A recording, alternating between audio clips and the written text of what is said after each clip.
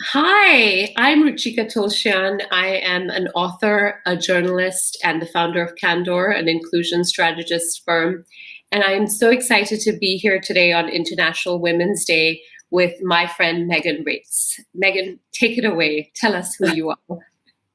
Hi, Ruchika. It's so good to be with you here. My name is Megan Reitz. I'm a professor of leadership and dialogue at Ashridge Executive Education, and my interest area is around speaking truth to power, and that's around the subject I think that we're going to talk about here today, Ruchika. Yes, and speaking of truth to power, what has your research shown? I believe you have a new report out on employee activism. And if you could kind of share some of the really interesting findings that's come out of it. Yeah, so Ruchika, we first met, I can't even remember, we first met at the Thinkers50 Gala, I think, and hit it off, I think, because we both have a real interest in the capacity to speak up and the capacity to listen and invite diverse voices and the necessity for doing that. So I've been looking at speaking truth to power for about 7 years with my co-researcher, John Higgins. And just over the last year or so, we've connected again because we've been focusing particularly on employee activism in the context of, I guess, what I would call conversational habits.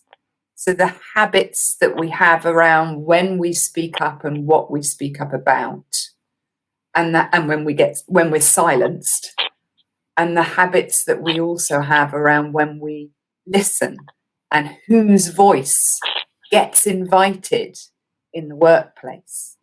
So about 2 weeks ago, we published the first report on employee activism.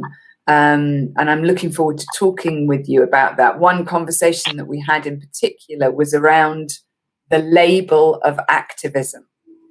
One of our key findings was, goodness me, that's a loaded term and it matters. And we also talked about, what helps activists to voice and also what helps organizations to respond well. But I would love you, Ruchika. It was such a fascinating conversation with you around that label activism. So I'd love to hear your thoughts about what assumptions happen with that label and what are the implications and consequences of being labeled as an activist. Yeah, I'm really glad you said that because I loved our conversation when you were, researching for this report. And, already the word activist gives me sort of all the feelings, right? Because I grew up in Singapore, and really activism just in general is not very much encouraged. And I trained as a journalist, so that I really did believe in the importance of speaking truth to power. So I've always held these two tensions really throughout my life and throughout my career. And the more work I've done researching and interviewing, especially, leaders from really all over the world, but especially underrepresented and underestimated leaders, women of color in the workplace, I found that while there is a deep desire to speak truth to power and really surface issues that come up, at the end of the day, for a lot of women, and especially women of color, there's a tremendous risk that comes with being labeled as an activist, and really, and again, there's this dichotomy because on the one hand, and this is something, Megan, I did speak to you about this, is, some issues are really issues of human rights, and it's not about, are we privileged enough to engage with it or not? For a lot of us, and especially for women of color, it's not a question whether we should, do things like whether it's immigration reform or whether our companies should look into what is the experience of, for example, Black or brown or other employees of color in the workplace. It's not an issue we simply can choose whether to engage with or not. It's really human rights. It's part of whether we belong to the workplace or not. So I'm really fascinated by this idea of activism and just the label around who gets to call themselves an activist. And Yeah. how did people, how did they come to pass to be able to call themselves activists? Or were there some people who actually were, but like me, were a little unsure about the term? Yes, I mean, what we found obviously is the word is, the word activism is definitely in the eye of the beholder. I mean, the specific quote as well that's in the report from our conversation was your comment around what is to one person rebellion, to another person is fundamental human rights. And that really rang in. I mean, when we've asked thousands of people now what the word activism brings to mind. Fascinating array of everything from, passion, commitment, change maker, courageous. So we have all of that. And then there is also, comments around irrelevant, arrogant, political, but not in a good way. So it's a loaded term. And of course, when and if it's discussed around the leadership boardroom table, of course, very often people don't surface what their assumptions are in the first place. And so if they're coming to a discussion on activism in the workplace with these kind of quite negative connotations, of course, it's going to impact action and the action that they then take. And it reminded me of some work that we've done on advantage blindness with a colleague of mine called Ben Fuchs. And we look very much in the Speaking Truth to Power project, we look at the labels that we apply to ourselves and others, whether that's around gender or ethnicity or age or job title, you name it. And obviously, one thing that we were looking at was that when you possess the labels that tend to convey status and authority, that have been socially constructed to convey status and authority, such as very often male, white, CEO, for example, when you have those labels, you're sometimes the last person to realize the impact that they have. It's not until you don't have those labels that you look at them and go, that makes such a difference to voice. And when you said in our last conversation, essentially, are you privileged enough to be able to call yourself an activist without some of that kind of quite terrifying negative risk, reputational risk that goes with it? And that was a real eye-opener for me, actually, because in some cases I kind of can stick my hand up and, think, oh, a bit of an activist, that's, I can say, that's quite cool. And then, we were having conversations as well, for example, in the National Health Service here.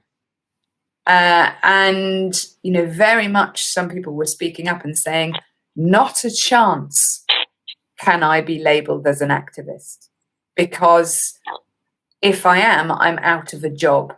So I think fascinating point that you were making around, do you have the advantage blindness that you can call yourself an activist and not face some of those negative consequences? I don't know whether they want to answer. Absolutely. And, for me, I think the conversation around privilege in the workplace is one that we really haven't properly dived into as a society yet. And I think much to our detriment, because I think what happens sometimes is we think of, privilege, or we think even about anti-racism, we think about gender equality in general as societal issues that need to be solved in society, but separate from the workplace. Whereas in fact, I think the biggest change can be made when workplace leaders really dive into this, right? And they really ask the questions of, what sort of privileges do I have, right? And what does that privilege entitle me to do, right? What does that privilege what is my responsibility that comes with this privilege? And that's why even when we think about employee activism around issues such as, again, racism, around human rights, around climate change, around really things that, again, it's a privilege if you can choose to engage or not, right? It's a privilege to have that choice. This is really where, when we see more leaders step up, that's really where we're going to make the biggest change. I also think the work that Dr. Amy Edmondson has done. I know we're both big fans, and she's part of the Thinkers50 community as well. And really, when I look at her work around psychologically safe environments, right, in workplaces, all of that is intrinsically linked in my mind to innovation, right? It's linked in my mind to going ahead and, creating better products for your company, making sure your employees feel safe and secure and like they belong.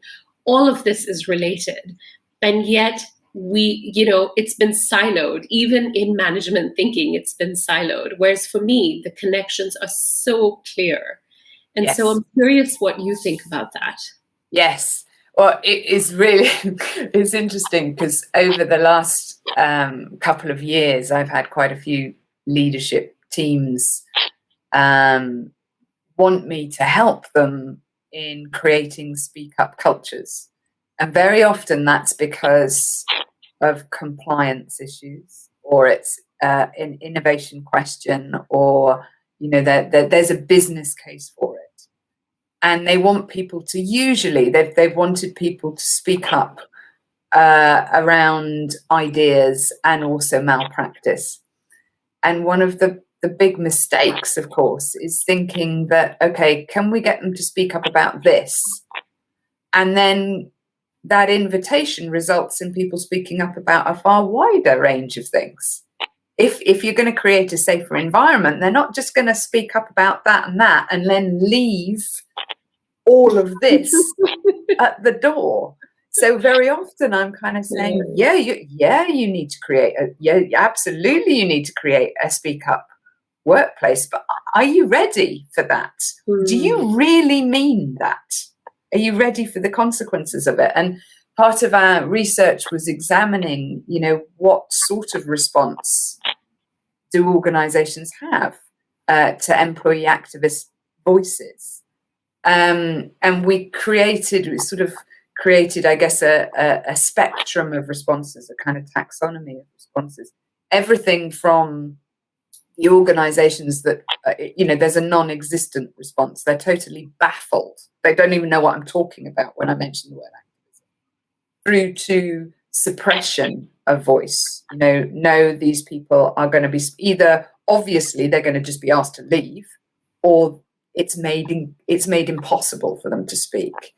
There's a very interesting category of what I called facadism, saying all of the right stuff, but there's nothing under the surface about it. And then there's forms of engagement. I looked at defensive engagement, which is that kind of like, oh, all right, if we have to, what's the minimum? What do the lawyers say is the minimum I have to do here? And then there's a step, and I'm kind of interested in your response on this, that a step to what I call dialogic engagement. And I think this is a massive step for most of the leaders and managers I work with, because it involves stepping into a space where they don't know. They can't kind of control. They need to learn and ask and share power in terms of decision making on direction. And they need to enter into kind of contentious issues and face conflict. And in my experience, many of the managers and leaders, we haven't trained many managers and leaders in that kind of territory. We've trained managers and leaders to be, charismatic, in control, making sure that they manage things really well. And that's such a different space. So a kind of a question around whether we are really redefining what it means to be a leader and a manager. So, Ruchika, what do you think? Oh my goodness! Because for me, that is literally like the way I think about leadership is inclusion is leadership. If you cannot include a diverse array of voices of people who have historically been marginalized and left out of the workplace, then you're not really a leader, in my opinion, right? And this is the sort of tactic I take. And I know some people, feel, again, very defensive about this idea. But at the end of the day, we cannot even turn away from the demographics, right? I mean, you look at the United States, we are fast heading towards a country which is going to be majority non-white, right, in the next decade by some estimates, maybe even earlier. And the demographics are going to change. We have more millennials now in the workforce than any other generation. And again, research shows that millennials do like to speak up and feel much more comfortable advocating for themselves and others. And the generation after that, who most often are in my classroom, are even more so engaged in activism and speaking up about the issues, engaged in social justice issues, right, at its core. And so I think that if a leader today, if an innovative, forward-thinking leader today doesn't understand the importance of inclusion, the importance of creating a speak-up culture, and actually I really like your measure of that sort of dialogue, because this is not the type of conversation where a leader or even an organization can come in and just say, well, we know the answers, right? Like, we know how we're going to run this. It really has to be run, and it has to be a collaborative listening effort, which really actually comes from the ground up if you want to be successful and effective. So for me, there's this real sense of humility. There's this real power of listening and learning and being uncomfortable, right? Even if the issues that are raised to you make you feel defensive, which maybe your privilege and your advantage has sort of, rendered you immune from, right? So you're not thinking about these issues day to day, right? If you are, again, we're talking about these labels, if you are a white man CEO, it's rare that you're going to be thinking every day about what is the experience of people of color in the workforce, right? But I would argue that without that being front and center, without being a key part of your leadership, you really are not really being a leader, right? You're just kind of going through the motions. You're not being innovative. You're not being inclusive. And so even when this thinking challenges the status quo, people ask me, what is the hill that you're willing to die on? And for me, it's this, that without inclusive leadership, without cultures where especially women of color, especially Black women, are not able to and empowered to speak up and share their brilliance and share their innovation and share their inclusion, we are not going to be able to move the needle on true leadership. Mm-hmm. And one thing I was quite struck by, actually, which links to what you're saying, is the number of organizations who attempt to say that they're apolitical, that they're neutral. Hang my head in like, it really upsets me when yeah, I mean, it's almost the ultimate sign of privilege, really, in that the lack of realization that non-action, maintaining the status quo, is clearly as political as taking other action itself. So I think this is a key framing as well, is to notice, no, organizations are political. They are political. They either seek to perpetuate social norms and the status quo, or they begin to disrupt them. And there are choices there. There's no sort of stepping back and kind of going, oh, no, we're on the sidelines. We are all a part of and creating or perpetuating norms. And as I said, I think that's one of the biggest kind of wake-up calls, maybe, for leaders and organizations to realize that. I don't know I think not only that, but when we think about the sort of privilege of engaging or not, I think of the work by Dr. Courtney McClooney, who's at the University of Virginia, and she's done a lot of research around code switching. So it's a concept which is largely used by people of color in the workplace who sort of understand, intrinsically understand, are sort of taught and socialized to understand that to succeed in the workplace, in a majority white workplace, you're gonna have to understand how to hide certain identities about yourself, right? So whether for me, it could be, changing my accent, it could be changing my name, it could be behaving a certain way in the workplace versus when I leave. And this really collides with the idea of, and this really collides with this idea of being authentic in the workplace. So as Dr. McClooney's research shows on workplace professionalism, and really this need for people who are not in the dominant majority to code switch to be able to fit in, I think what starts to happen is there are all these conversations and all these sorts of, again, these factors that, again, you cannot choose whether you want to engage with them or not, and you carry them into the workplace.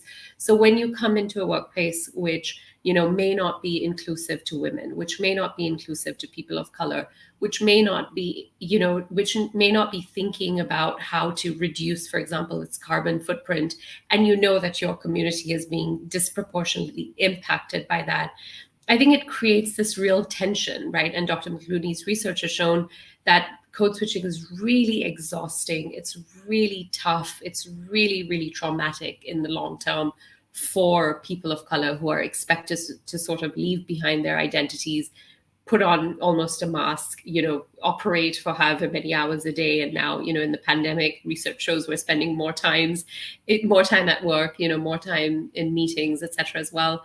And so I think we, as leaders, what I would really urge more leaders to understand is, for many of us, it's not a choice whether to engage or not. We really don't have a choice, right? And the more there's an opportunity for us not to have to code switch, not to have to leave behind certain issues, because I've seen this in my own research. I've seen this when I interviewed women of color for my next book, how much of a toll it takes on them psychologically, and in terms of productivity, and in terms of feeling included and belonging, and as if they are valued in the workplace. So I think that I really would like more leaders to keep this top of mind, especially as they think about what does it mean to be able to have a speak up culture in your workplace, who gets to speak up and not. And for folks who generally are not given the sort of free rein to speak up because they worry about retaliation or that they would lose their jobs, it doesn't only impact that one person in the middle of the storm. And we've had some here in the United States, we've had some big examples of especially, again, women of color being forced out of organizations, and it's been in a very public way. But that message really trickles down throughout the organization. It's either you fall in line or you are not welcome, and I think without really leaders keeping this top of mind, we're not going to be able to, again, create the type of workplaces that I know that all these, new entrants, whether it's millennials, whether it's more people of color, whether it's more women in the workplace, it's just not going to work. Absolutely. I think, a message from our research is that, we are in an age of employee activism. Wider than that, we're in an age of activism for all manner of reasons, and you've touched on some of them. So this is the stage where leaders and managers will be facing into voices of difference that challenge, for very good reasons, social norms. So the questions for leaders are around, how are you responding? And if they were to consider themselves as activists as well, what does that mean for the way that they lead? What do they stand for? What does leadership really, really mean that they're doing here?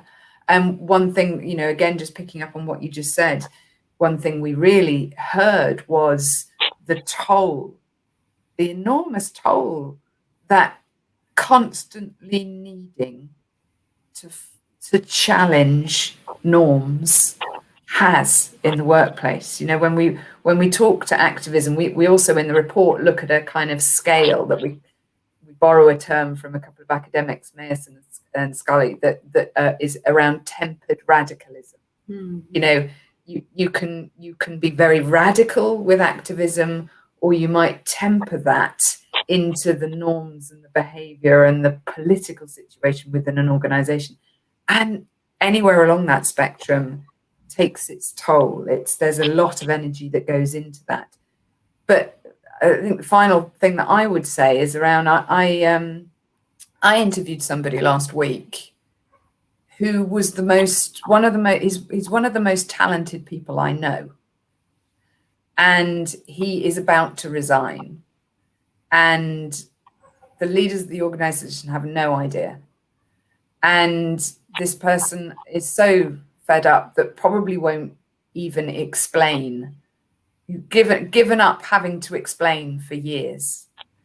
And this person will go elsewhere.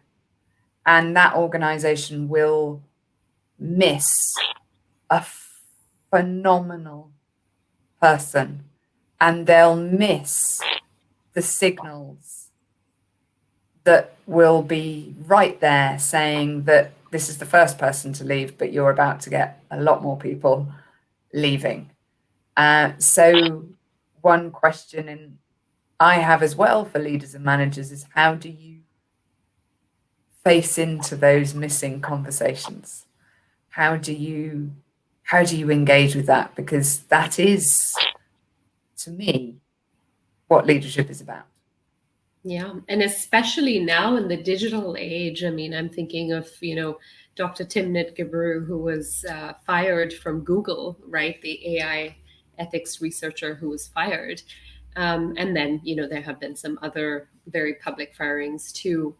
And to me, the way social media fired up, the way the media fired up to sort of, there's a new tribe. The tribe has always existed, but I think that for a long time, even the sort of tribe outside the organization felt very powerless, right? Because we thought of leaders and managers as like sort of the all powerful, but that's changing. Yes. And I think that's the other conversation that needs to be had. You know, maybe employee activism wouldn't be quite the same way. And maybe it wasn't because there was no easy way to facilitate that.